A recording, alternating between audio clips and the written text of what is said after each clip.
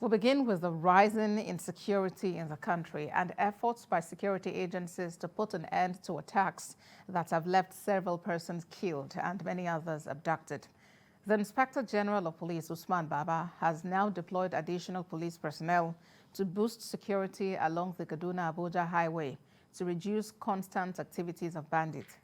On the highway, patrols have been stepped up on the highway that has witnessed some of the worst attacks in years. TVC News correspondent Sifon Isien reports.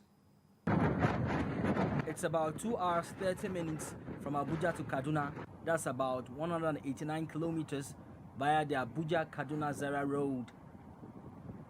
But the journey along this road has sometimes proven to be among the most dangerous. Attacks by gunmen are frequent, and most of the time, commuters are taken captive. Previous attempts by security forces to stem the tide yielded limited results.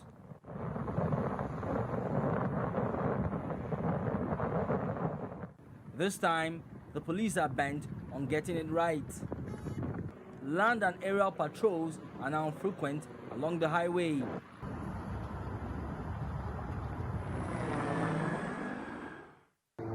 This patrol is led by a Deputy Commissioner of Police whose mandate by the Inspector General of Police is to ensure attacks are either prevented or repelled. Well, not everybody will afford, air travel. So at the end of the day, the General of Police, IGP Usman Baba in his wisdom and his management team, initiated this patrol. The patrol is giving close air support by a police helicopter. The patrol itself is a confidence-building patrol that we want to assure motorists and any other road user or users to feel free and travel. Motorists are pleased with the development. They want the police to sustain the patrol.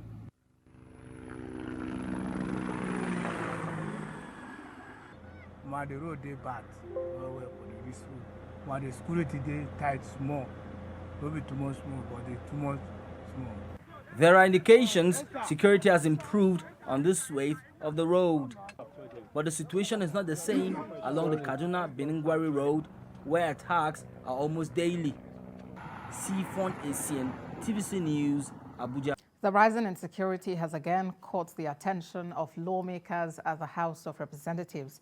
The latest abduction of a traditional ruler in Plateau State and other forms of attacks in parts of the country only deepen their worry. TVC News' Joke Adisa has more. Mr. Speaker. Solomon Maren represents Manguboko's federal constituency of Plateau State. He sponsors a motion of urgent national importance on the need to rescue the traditional ruler of Panyam district, who was abducted days ago. Solomon Maren also wants an end to incessant banditry and kidnappings of his constituents. The spread of kidnapping, abductions, and attacks has been systematic, well coordinated, and targeted across the constituency, the state, and indeed the country, which is alarming and of grave concern. Also concerned that bandits are usually having a field day in carrying out and in perpetrating these heinous activities. The Deputy Speaker and the Chief Whip added their voices to the motion. Where you find security agencies personnel culpable and then associated with these criminals, and we are playing with this matter, I don't know.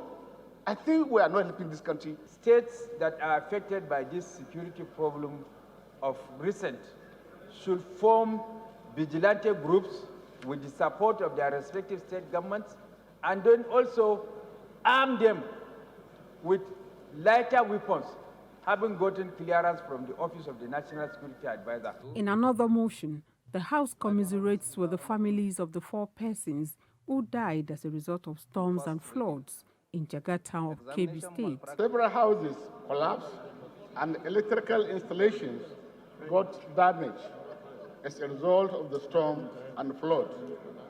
Also washed away several farmlands. Still on the motion seeking to override Mr. President on the statutory delegates clause in the Electoral Act, the Speaker on Wednesday lent support to the position of the Deputy Speaker. You have to bring the bill back for consideration.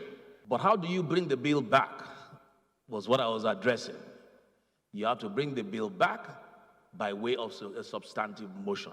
The lawmakers urged the federal government to direct heads of security agencies, including the Inspector General of Police and the Chief of Defense Staff, to ensure safe release of all those in captivity nationwide. Joke Edsa, TBC News, Abuja. The Senate will screen 7 ministerial nominees whose names were sent for confirmation by President Muhammadu Buhari on the 29th of June. President of the Senate, Ahmad Lawan, announced that the screenings that the nominees that they will be screened individually by the lawmakers at next Wednesday's plenary session. President Buhari had, in a letter dated 15th of June, requested the Senate to confirm the nomination of 7 ministerial nominees.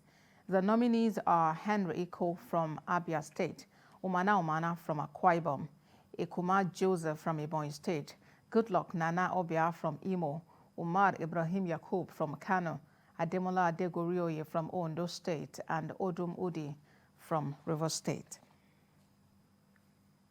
To election matters now. The Independent National Electoral Commission, INEC, says it has not extended the ongoing continuous voter registration exercise. The commission describes as untrue reports in a section of the media claiming it extended the exercise by 60 days. INEC National Commissioner for Information and Voter Education, Festus Okoye, says the commission is abiding by the order of the court, which directed it not to stop the exercise on the 30th of June. Festus Okoye stated that the commission awaits the 29th of June date for the hearing of the substantive suit against it before taking a decision. The House of Representatives had, in a motion last week, urged INEC to extend the CVR by 60 days. But in a meeting with the House Committee on Electoral Matters, INEC said it was obeying the order of the court pending the hearing of the matter on the 29th of June. The major Oil Marketers Association of Nigeria has recommended gradual price deregulation for petrol to reduce the subsidy burden on the nation. Now, reacting to the recurrent scarcity of petrol also across the country, Movement's chairman Olumide Adeosun explains that the move should be supported with targeted palliatives in areas such as transport and agriculture to the public to ease the implementation. Mr. Adeosun also noted that the current scarcity is occasioned by 2 main reasons, which are inadequate supply and distribution challenges created by the unavailability and continuous surge in international prices of diesel. He, however, urges the Ministry of Petroleum Resources, Ministry of Finance and other relevant agencies to set up a task force to immediately focus on increasing diesel supply through accelerated initiatives to increase local modular refining capacity, adding that such a move would also tackle the supply and distribution challenges faced in the oil and gas sector.